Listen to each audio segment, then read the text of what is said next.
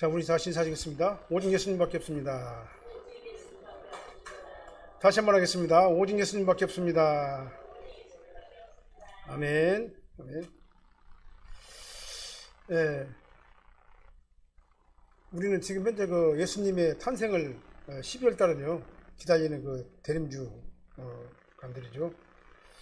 이 기간을 통해서 예수님에 대해서 더욱더 많은 생각을 하게 합니다. 그리고 우리가 계속해서 반복해서 이렇게 예수님의 탄생과 예수님에 대해서 이렇게 매 해마다 같은 말씀을 갖다 가지고 우리가 은혜를 받지만 그때마다 또 새로운 은혜가 우리에게 임하는 것을 우리는 알 수가 있습니다. 하나님께서 오늘 또 이 마태복음 2장 13절 21절 말씀을 통해 가지고 이 성탄을 준비하는 우리들에게 한없는 예수 그리스도의 은혜가 넘쳐나시기를 예수님으로 축원합니다. 예수님께서 이 땅에 오신 목적은 다른 게 아니에요. 죄와 사망 가운데서 던져진 우리 인간들을, 우리 인류를 위해서 최연약의 저주를 인해 가지고 죄와 사망 가운데 던져진 우리 인간을 구원하기 위해서 예수님께서 이 땅에 오신 겁니다. 그렇다면 왜 예수님이 오셔야지 구원을 받을 수가 있느냐라는 우리가 의문을 갖다 생길 수가 있잖아요. 그건 바로 뭐냐면 하나님께서는 우리 만민의 죄를 대속하기 위해서 흠없는 희생제물을 원하셨어요. 희생제물을 통해 가지고 속죄의 제사를 드림으로 인해 가지고 우리 인류의 죄를 용서하기를 원하셨다 그 말입니다. 하나님께서 정하신 방법이에요, 그게요. 그런데 우리 인간은 누구라도 흠없는 희생제물이 될 수 있는 사람은 아무도 없어요. 행연하게 저지르기 때문에 다 흠과 티가 다 있습니다. 그래서 우리는 영적으로 죽은 자들이었어요. 죽은 자들이었기 때문에 저와 여러분들이 구원받을 수 있는 방법이 전혀 없었어요. 이미 죽어있기 때문에. 우리가 무덤 속에서 죽은 자들을 우리가 가만 보면 그들이 눈 하나 움직일 수 있어요. 머리를 돌릴 수가 있어요. 숨을 쉴 수가 있어요. 말을 할 수가 있어요. 공동묘지 가면 조용하단 말입니다. 왜 그냥 그들은 죽었기 때문에. 그들 스스로 할 수 있는 건 아무것도 없단 말입니다.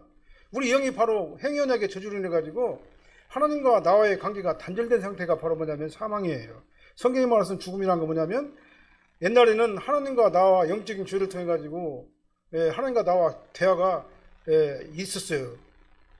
그랬는데 우리가 죄를 지음으로 말미암아 가지고 하나님과 대화가 단절돼 버리니까 그러다 영적인 사망이다 그렇게 말씀하는 거예요. 그래서 우리는 이미 죽었던 자들입니다. 근데 그걸 갖다 해결하기 위해서 하나님께서 희생제물을 원하셨어요. 희생제사를. 근데 우리 인간은 희생제물을 될 수 있는 사람이 아무도 없어요. 다시 한번 말씀드립니다만. 그래서 하나님께서는 구속언약이라는 그 은혜를 통해 가지고 성자 하나님께서 계획하시고 성자와 성령 안에서, 그래서 성자 예수님께서 성부와 성령 안에서 구속언약을 완성하시기 위해서 스스로 이 땅에 육신을 입고 이 땅에 오신 거다 그 말입니다. 그래서 예수님만이 흠없는 희생제물이 될 수 있는 자격이 있는 거예요. 이 세상에 어떤 사람이라도 아무리 건전하고 거룩하고 고상한 그런 어떤 그 사람이라 할지라도, 도덕적이고 윤리적인 사람이라 할지라도 흠이 다 있다 그 말입니다. 근데 우리 사람은 흠이 없어요. 예수님은요. 그래서 흠없는 예수님께서 온전한 희생제물로 만민의 죄를 대속하시니까 하나님께서 그 희생제사를 받으시고 만민의 죄를 대속하신 거다 그 말입니다. 근데 그 예수님께서 이 땅에 오셨는데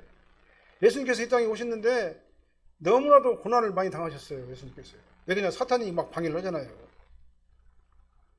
그래서 구속언약을 완성하기 위해서 인간 몸을 입고 이 땅에 오셨어요. 근데 완전한 인간이시지만 죄가 없으신 분이 바로 예수님이세요. 그래서 흠없는 희생제물로 이 땅에 오신 거예요.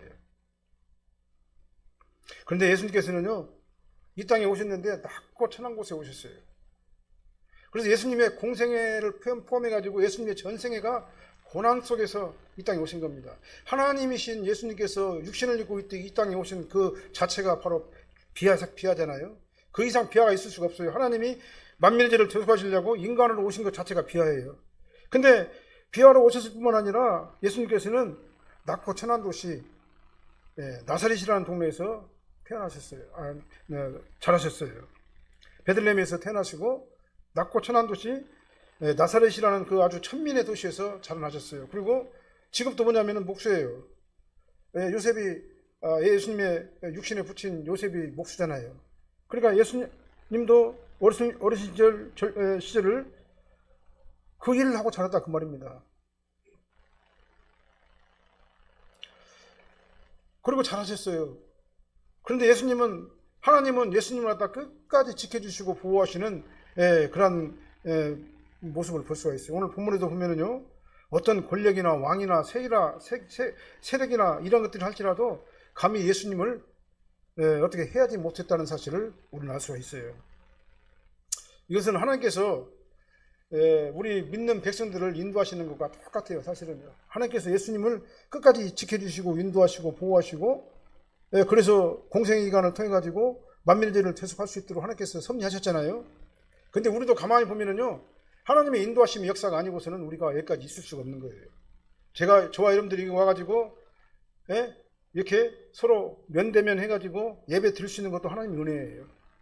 하나님의 은혜 때문에 우리가 여기서 숨도 쉬고 걸어다니기도 하고, 우리가 살아서 하나님께 영광 돌리는 그런 예배자를 우리가 삼아주자가 된 것이다, 그 말이죠. 오늘 본 말씀은 예수님께서는 탄생하시자마자 헤롯 왕은 탄생하신 예수님을 갖다 죽이려고 했잖아요. 이렇게 죽을 위해서 하나님께서 인도하심으로 죽음을 피해가지고 애굽으로 피신하시고 다시 돌아오는 이런 그 성경 말씀, 구약에 예언된 성경 말씀에 대해서 말씀하고 있는 겁니다. 왜 그러면은 오늘 본문을 보면은요, 전부 다 구약 성경 말씀을 막 인용해가지고 이렇게 말씀해 구약대로 이루어진 거예요. 그러니까 구약의 예언자들이 예언한 대로, 그 예언대로 예수님께서 오셔가지고 그 예언대로 하나님께서 그 예언대로 이 땅에 오셔가지고 그 예언대로 모든 일들을 이루시고 하신 모습을 볼 수 있어요. 그래서 마태복음은 구약 성경을 갖다 많이 인용을 해요. 왜 그러냐면은 마태복음은 유대인을 대상으로 기록한 책이잖아요. 기록한 성경이잖아요. 이게 마태복음의 주로 독자들이 누구냐면 바로 유대인들이에요. 근데 유대인들은 구약 성경을 잘 안단 말입니다. 그러니까 구약 성경에 있는 그 선지자들의 예언을 통해 가지고 오신 예수님이 바로 그 예수님이시다. 그분이 바로 메시아다. 라는 것을 하기 위해서 오늘 본문에도 보면은 구약을 인용해 가지고 그 예수님 바로 이 예수님이다 라고 이렇게 설명을 하고 있는 겁니다. 그들이 떠난 후에 13절 보니까 주의 사자가 요셉에게 현몽하여 이르되 헤롯이 아기를 찾아 죽이려 하니 일어나 그와 어머니를 데리고 애굽으로 피신하여 내게 이르기까지 거기 있으라. 천사가 요셉에게 현몽했단 말을 꿈을 통해서 보여주셨다, 그 말이에요. 그러니까 동방박사가 가고 난 다음에 주의 사자가 요셉에게 현몽해가지고 꿈속에서 헤롯이 아기를 죽이려고 하니까 빨리 애굽으로 가라. 애굽으로 피해서 내가 너에게 다시 말할 때까지 거기 있으라. 그렇게 얘기를 한 겁니다. 그러니까 요셉은 어떻게 했습니까? 밤에 일어나가지고 아기와 어머니를 데리고 애굽으로 떠나가가지고 헤롯이 죽기까지 거기 있었다라고 이렇게 기록을 하고 있어요. 그러고 난 다음에 뭐라고 하냐면 구약 성경을 인용하고 있습니다. 주께서 선지자를 통하여, 구약 성경이죠, 구약에 예언한 선지자들의 예언을 통하여 말씀하신 바 애굽으로부터 내 아들을 불렀다 함을 이루려 합니다. 만약에 예수님께서 구약의 선지자 예언대로 애굽으로 안 가면은 그건 예수님이 아니에요. 그냥 구약의 예언대로 그대로 돼야지만이 예수님의 메시아성이 인정을 받을 수가 있잖아요.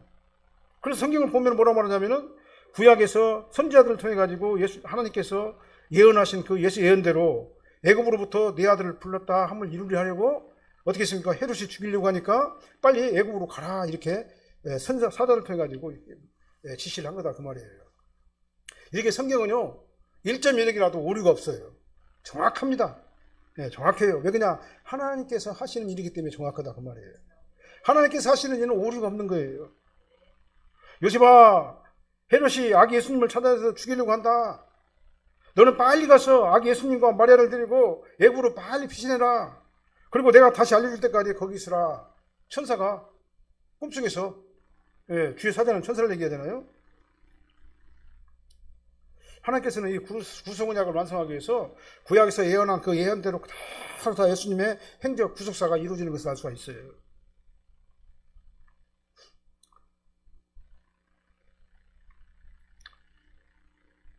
이 말이 뭔 말입니까? 내게 이르기까지 거기 있으라. 이 말은 뭔 말이에요? 또 다른 계시가 있을 때까지, 그 말이죠. 또 다른 계시가 있을 때까지 애굽에 머물러 있어야만 한다, 그런 의미잖아요. 이 말을 다른 말로 바꿔서 우리가 좀 점잖하게 말하면요, 계시 의존적 신앙생활을 저와 여러분들이 해야 된다 그 말이에요. 우리는 말씀을 따라가야 되는 거예요. 세상에 아무리 좋은 말이 나왔지라도 말씀하고 위배되면 그건 따라가면 안 되는 겁니다. 우리는 어디가 기준이 되느냐? 성경 66권이 계시잖아요. 예, 이미 완성된 그 계시가 성경 66권이에요.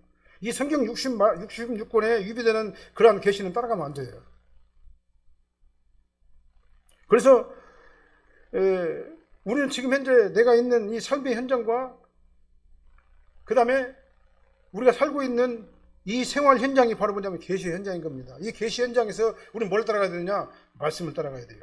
그게 바로 계시 의존적 신앙생활을 하는 겁니다. 그러니까 우리 성도의 삶은요, 이 말씀과 아주 밀접하게 연결되어 있는 거예요.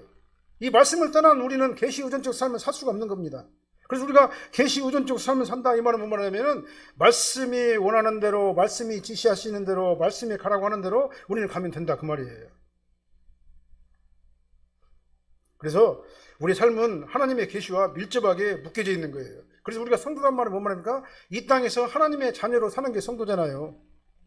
그러면 성도란 말이 뭔 말이냐면은 이 땅에서 말씀을 순종하며 말씀대로 살고 말씀에 원하는 그 가치관대로 우리가 살아드려야 되는 것이 바로 우리 성도의 삶이다 그 말이죠. 근데 요셉은요, 하나님의 계시에 즉각적으로 순종을 했어요. 즉각적으로. 요셉은 꿈을 꾸고 일어나서 밤에 아이와 마리아를 데리고 애굽으로 즉시 떠났습니다. 이게 바로 계시 의존적 신앙생활인 거예요. 하나님이 말씀하시면 우리는 어떻게 해야 됩니까? 순종해야 돼요. 요셉이 하나님의 천사가 꿈속에서 그렇게 계시를 주시니까 즉시 일어나가지고 그것도 밤에, 이거 밤이라는 말이잖아요. 밤에 아이를 데리고 떠났어요. 한번 생각을 한번 해보세요. 이제 애기 막 낳습니다. 산모는 지금 현재 몸질을 잘 해야 돼요. 근데 애기는 지금 아주 어리기 때문에 즉시 떠나가지고 외국으로 간다는 것이 이게 쉬운 일이 아니다 그 말이에요. 물리적으로 쉬운 일이 아닌 거예요. 왜 그렇습니까? 베들레헴에서 외국까지 가려면 120km 정도 된다고 그래요. 근데 지금 같은 경우는 그냥 자동차 타고 그냥 뒤에 택시 타고 자가용 타고 뒤에 아주 그냥 잘 편안하게 갈 수가 있어요. 120km 정도면은 뭐 한 2시간이면 안 가겠습니까? 근데 그때 당시는 이런 교통시설이 없었다 그 말이에요. 그래 120km 갔다가 걸어가야 한다는 얘기잖아요. 이게 먼 거리를 산모와 아기를 데리고 산모가 피신한다는 것은요, 산모에게도 굉장히 큰 영향이 있지만 사실은 애기한테도 굉장히 위험한 일이 아니겠습니까? 현실적으로 보면 거의 불가능한 상태인 거예요. 현실적으로 보면 이러다 순종하면 안 되는 상태입니다. 그런데 요셉은 어떻게 했습니까? 일어나자마자 밤에, 그것도 밤에 애굽으로 갔다. 이게 바로 계시 의존적 신앙생활인 거예요. 우리가 인간적으로 볼 적에는 하나님의 말씀을 어기고 하나님의 말씀을 따라가고 계시 의존적 신앙생활을 하면서 말씀대로 순종하며 사는 삶이 힘들고 현실적으로 맞지 않는 것 같이 보이지만, 그럼에도 불구하고 우리가 하나님의 말씀을 의지하고 나가게 되면 하나님께서는 우리를 그렇게 하게 하신다 그 말입니다. 그래서 마리아와 요셉이 이 아기 예수님을 모시고 갔잖아요. 근데 누가 가게 했을 것인가 라는 생각을 해봤어요. 성령께서 도와주셨다. 이스라엘 백성들을 구름기둥과 불기둥으로 인도하여 내신 것처럼 성령께서 그들을 확 안아가지고 들어서 그리 옮기신 거예요. 물론 그들이 갔어요. 물론 그들이 힘들게 갔습니다. 그런데 그 가는 과정, 모든 과정을 하나님께서 딱 들어가지고 외국까지 옮기신 거예요. 이게 바로 하나님의 인도하심의 역사다 그 말입니다. 안 될 것 같은데 되는 역사가 일어나게 되는 거예요. 현실적으로는 불가능하지 않습니까? 현실적으로 안 되는 거잖아요. 그런데 되었어요. 그럼 된 과정을 우리가 어떻게 설명을 해야 되느냐? 하나님께서 쫙 사가지고 애굽에까지 딱 피신시켜 주셨다 그 말입니다. 그리고 거기가 아는 사람이 뭐가 있어요? 애굽에 가면은. 근데 어떻게 먹고 살아요? 한번 생각 한번 해보세요. 어떻게 먹고 살겠어요? 내가 볼 때는 그것도 굉장히 어려운 일이라고 봐요, 현실적으로. 그런데 살았어요. 누가 살게 하셨습니까? 하나님께서. 성령님의 도우심을 통해 가지고 그들이 가서 살 수 있도록 모든 여건과 환경을 제공하신 분은 사실은 내가 가가지고 거기서 어떤 사건을 만나가지고 그거를 도움을 통해 가지고 내가 거기서 내가 생활이 가능했겠지만은 그 생활이 가능하도록 인도하신 분이 누구냐? 성령님의 인도하심의 결과가 있었다라는 것을 우리는 알아야 된다 그 말입니다. 우리는 계시 의존적 신앙생활을 해야 되는 거예요. 말씀 따라 순종하며 살면 손해볼 것 같은데 절대로 손해 안 본다. 안 될 것 같은데 된다.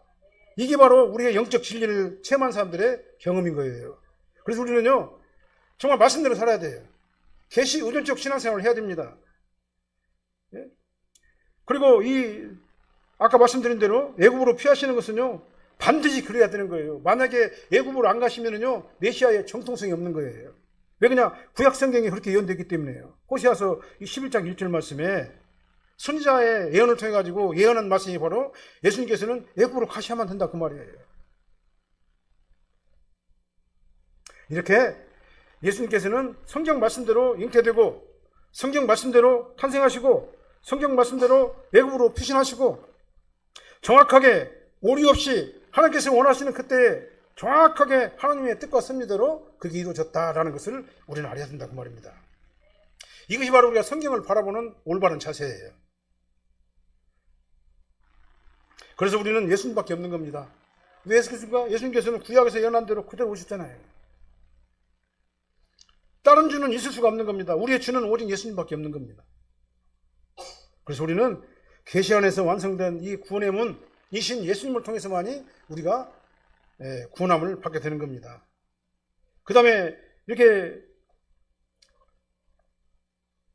하나님께서는 현몽을 통해 가지고 마리아와 요셉이 아기 예수님을 모시고 애굽으로 밤에 그것도 도망갔잖아요. 난리가 난 겁니다. 16절 말씀 보니까 한번 읽어볼까요?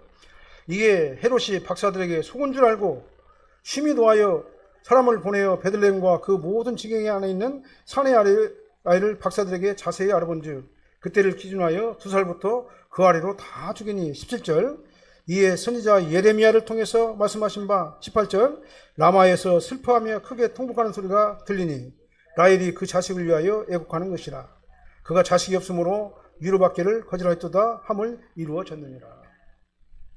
성경 예언 말씀대로 된 거예요. 라마에서 애국하는 소리 들린다고 했잖아요. 그대로 헤롯은 어떻게 했습니까? 2살 이하의 영아들을 다 죽여버렸어요. 이거 참 진짜 우리 역사 안에서 일어난 일이지만은 이거 참 아주 잔인한 왕 아니겠습니까? 잔인한 왕이죠.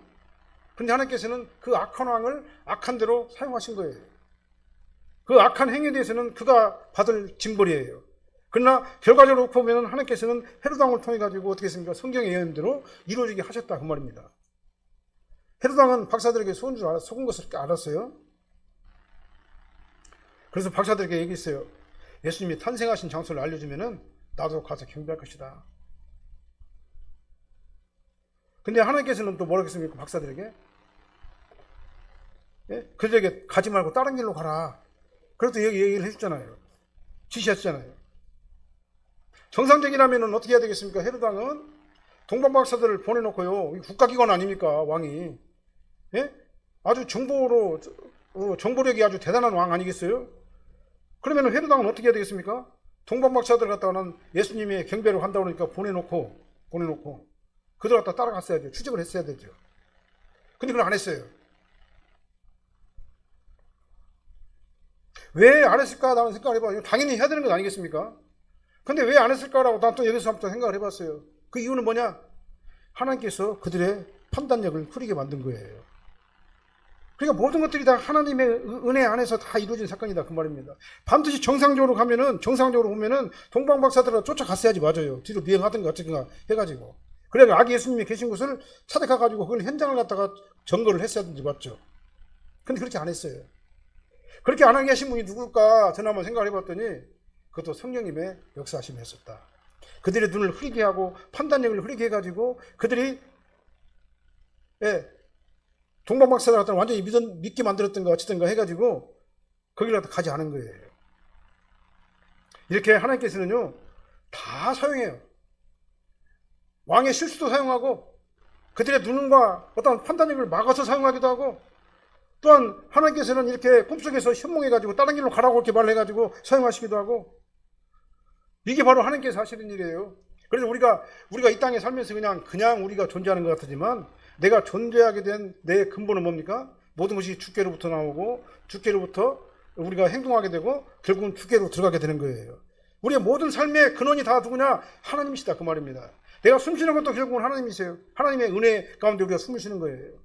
하나님께서 우리의 숨을 갖다 거두가시면 우리 인생은 끝나게 되는 거예요. 그러니까 하나님의 뜻에 의해 가지고 저 사람들의 생명의 연한도 결정되어 있다는 사실은 우리는 알아야 된다고 말입니다. 왕은요, 뻔히 알면서도 아주 지극히 정상적인 그런 그 프로세스가 있는데도 불구하고 그 과정을 갖다 따르지 아니하고 잘못된 판단을 할 수밖에 없도록 그들의 어떤 사고체계, 행정체계를 갖다가 스스로 어떻게 했어요? 순간적으로 흔들어버렸다 그 말입니다. 그래서 하나님은요, 불가능이 없는 겁니다. 그래서 내가 말씀드리죠. 우리가 주의 말씀대로 계시 유전적 신앙생활을 하게 되면 안 될 것 같은데 된다. 현실적으로 계산해보면 도저히 계산이 안 되는데 계산이 된다. 이 상태로 나가게 되면은 나는 이제 밥도 못 먹고 이제 굶어서 죽을 것 같은데 절대로 안 굶는다. 이게 바로 하나님께서 우리를 위해서 하시는 일이에요. 그래서 베들레헴과 그 지경에 있는 사람들을 다 죽여버렸습니다. 사단의 역사죠. 네, 그 학살 사건이 예레미야서 31장 15절 말씀 갖다 인용한 거예요. 구약 선지자, 유대인들이 잘 알고 있는 구약 선지자의 예언을 통해 가지고 바로 그 예언이 바로 이 예언이다. 그 예언이 바로 여기서 이루어졌다. 이분이 바로 메시아가 아니냐라고 그렇게 설명을 한 거예요.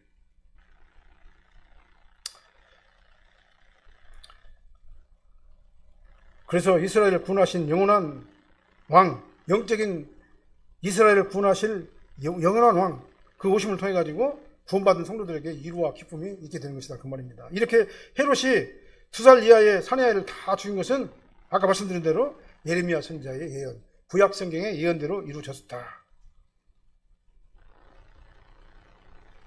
그래서요, 우리는 하나님의 뜻과 섭리에 전적으로 순종을 해야 된다. 계시 유전적 신앙생활의 이유를 말씀드렸습니다. 세 번째로 보면은요, 하나님께서는 요셉의 가족을 끝까지 보호하셨어요. 9절로부터 21절 말씀, 19절로부터 21절 말씀 나오는데요. 한번 읽어볼까요? 19절로 21절. 헤롯이 죽은 후에 주의 사자가 애굽에서 요셉에게 현명하여 이르되, 일어나 아기와 그의 어머니를 데리고 이스라엘 땅으로 가라. 아기의 목숨을 찾던 자들이 죽었느니라 하시니, 요셉이 일어나 아기와 그의 어머니를 데리고 이스라엘 땅으로 가니라. 네, 여기까지 할게요. 헤롯이 죽었어요. 헤롯이 죽고 나니까 애굽에 있는 그들이 모르잖아요. 모르니까 어떻게 했습니까? 요셉에게 또 꿈속에서 또 사자가 또 나타나가지고 말을 해요. 네, 꿈속에서 이르되 전달했다 그 말입니다. 하나님의 명령을 받고 주의 사자가 꿈속에서 또 전달하는 거예요. 일어나서 아기와 그 어머니를 데리고 이스라엘 땅으로 다시 가라. 아기의 목숨을 찾은 자 다 죽었느니라. 그리고 이스라엘 땅으로 다시 들어갔어요. 하나님께서 이렇게 요셉의 가족을 끝까지 보호하신 겁니다. 그래가지고 구속운양이 완성될 수밖에 없도록 그들의 삶을 주관하신 거예요. 헤롯이 죽었다는 말은 뭔 말이겠습니까? 헤롯이 아주 잔인하게 죽었잖아요. 벌레 먹이고 막 아주 잔인하게 죽었죠. 이 죽었다는 말은 영원히 죽어가지고 영원한 지옥불에 던지셨다 그 말이에요. 저 사람들의 심판은요, 우리 인간의 육신과 영혼이 분리되는 그 순간 우리 심판이 결정되는 겁니다. 예수님이 재림해가지고 천년왕국 지나고 난 다음에 우리 심판이 결정되는 게 아니에요. 우리의 심판은요, 내가 육신이 영혼과 분리돼가지고 나면은요, 그때는 천국과 지옥이 결정돼 버려요. 왜 그냥 내가 예수 믿고 죽으면 천국 가는 거고 예수 안 믿고 죽으면 지옥 가는 거예요. 헤롯이 근데 이렇게 잔인하게 죽었어요. 그러면 헤롯이 어디 갔겠어요? 영원한 지옥에 던지셨다 그 말입니다. 영원한 지옥으로 던졌지만은 하나님의 계시는 시간과 공간을 초월해가지고 영원히 존재하는 거예요. 이 하나님의 시간은 없어요. 하나님의 시간은요, 그냥 영원부터 영원이에요, 그냥. 예. 현재와 과거와 미래가 동시적으로 현재예요, 하나님은요. 그리고 하나님은 영원히 현재에 계시는 분이 바로 하나님이세요. 그래서 하나님께서는 우리의 과거와 현재와 미래를 동시적으로 하신다, 그 말이죠. 자, 시간과 공간을 초월하시는 거예요, 하나님께서는요. 그래서 하나님께서는 이 시간과 공간을 초월해가지고 이러한 구속사의 역사를 갖다는 하신다 그 말입니다. 그래서 하나님께서는 이렇게 주의 사자를 심부름시켜가지고 요셉에게 현몽해가지고 지시를 한 겁니다. 일어나 아기와 그의 어머니를 데리고 이스라엘 땅으로 가라. 아기 목숨을 찾던 자들이 죽었다. 그러니까 빨리 다시 가라.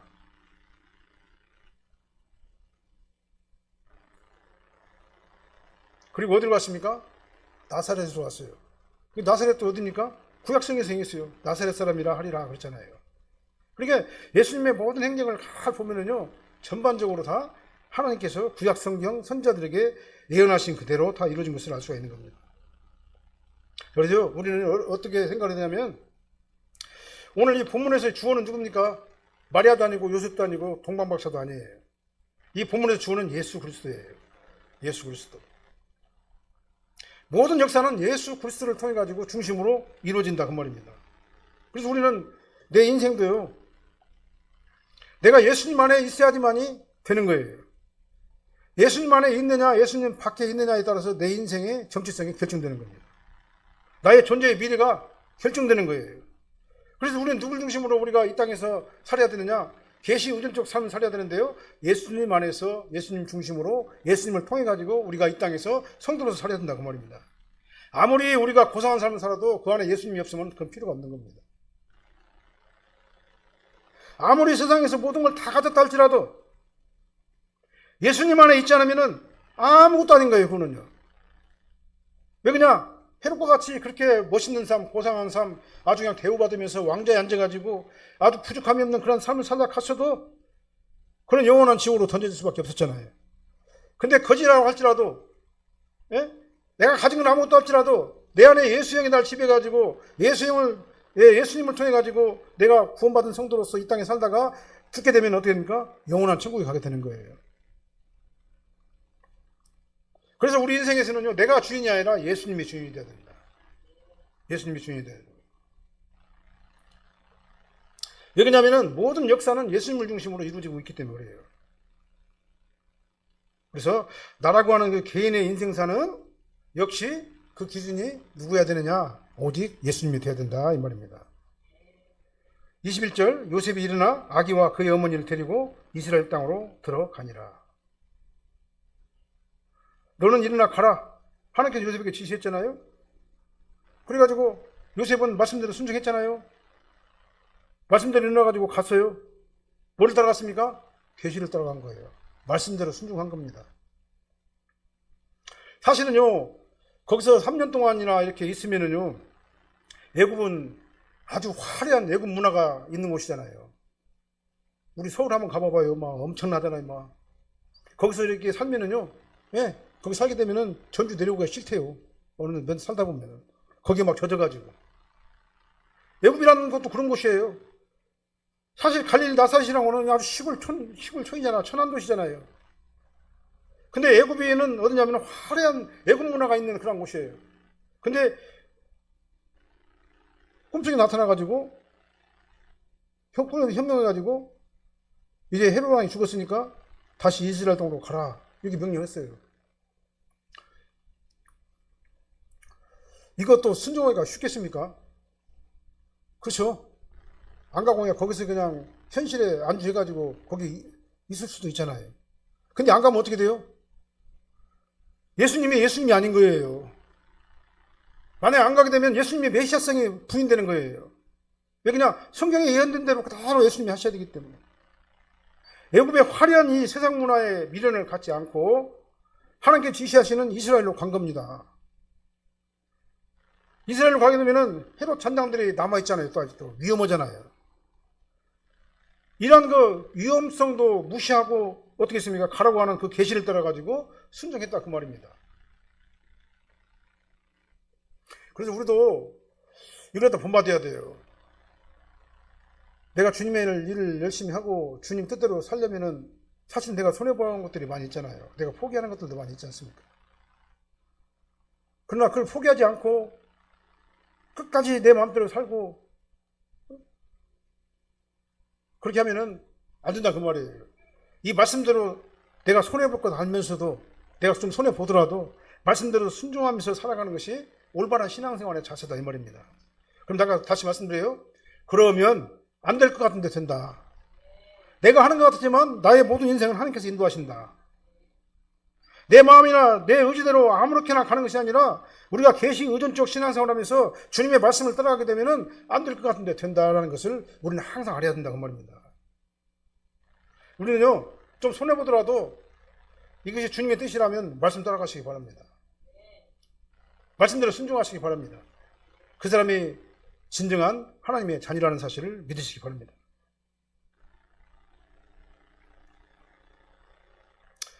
요셉은 사실은 예루살렘으로 올라가기를 굉장히 무서워했어요. 그렇죠? 그리고 주저했습니다. 요셉은요.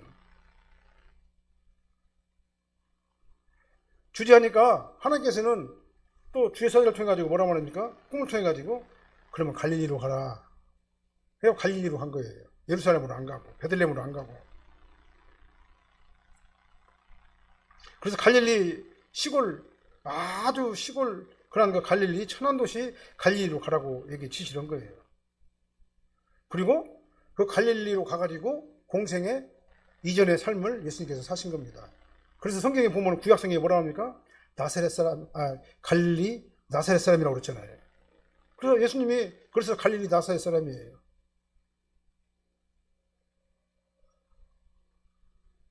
그래서 예수님의 공생애가 갈릴리 나사렛에서 사신 거예요.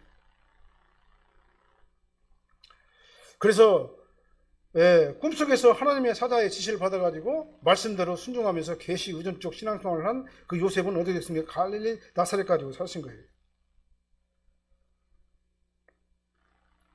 사실은 예수님께서 가셔야 될 곳은 어디냐면요, 예루살렘이에요. 여기냐, 예수님이 성전의 주인이시잖아요. 예루살렘으로 가야 돼요. 거기서 구속언약을 집행하셔야 됩니다. 그런데 지금 현재 예수님은 어디로 가 있어요? 나사렛이라는 가 있어요. 왜냐? 성경의 예언을 이루기 위해서 가신 거예요. 그래서 예수님이 성경의 예언대로 나사렛 사람이다 이렇게 부르심을 받은 겁니다. 철저하게 그 예수님의 이런 구속사를 갖다가 쭉 출생에서부터 공생의 전까지의 모든 과정을 보면은요, 다 성경의 예언대로 된 거예요. 우리도 이렇게 계시 의존적 삶을 살아야 될 줄로 믿습니다. 말씀이 가라면 가고, 말씀이 멈추면 멈추고, 말씀이 원하는 대로 우리가 가게 될 적에 우리의 삶이 비로소 하나님께서 원하시는 그런 삶을 살게 되는 겁니다.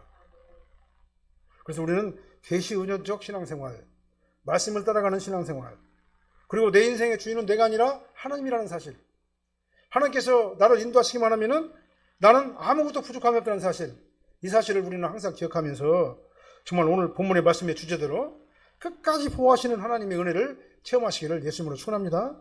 어떻게 하실 때 그렇게 되냐면요, 계시 의존적 삶을 살 때 그렇게 되는 거예요. 그렇게 되시기를 예수님으로 축원합니다. 기도하겠습니다. 사랑하는 하나님, 감사합니다. 이제 예수님의 탄생 달을 맞이해서 우리가 예수님에 대해서 이렇게 은혜를 받습니다. 예수님께서 이 땅에 오신 그 목적이 만민의 죄를 저속하시기 위해서 희생제물, 온전한 희생제물로서 성육신하신 그 예수님께서 이 땅에 오셔서 아버지 하나님, 나를 위해서 친히 고난을 당하시고 힘들고 어려운 가운데서도 아버지 하나님 구속언약을 이루시기 위해서 말씀대로 순종하며 말씀대로 살고 말씀을 따라간 아버지 하나님, 정말 주여 예수님의 모습을 우리가 다시 한번 생각을 합니다. 이제 전적으로 주님만 의지하게 도와주십시고, 전적으로 주님만 바라보게 도와주십시고, 말씀대로 살게 도와주십시며, 계시 의존적 신앙생활을 제대로 하게 도와주셔서 아버지 하나님만 바라보고 예수 그리스도의 은혜 안에서 저희들의 삶과 저희들의 모든 인생을 통제하여 주시옵소서. 내 인생의 주인이 예수님이 되게 하여 주시옵소서.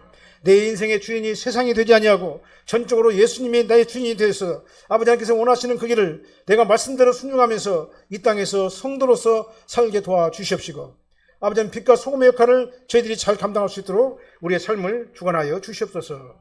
예수님 이름으로 축복하며 기도합나이다. 아멘.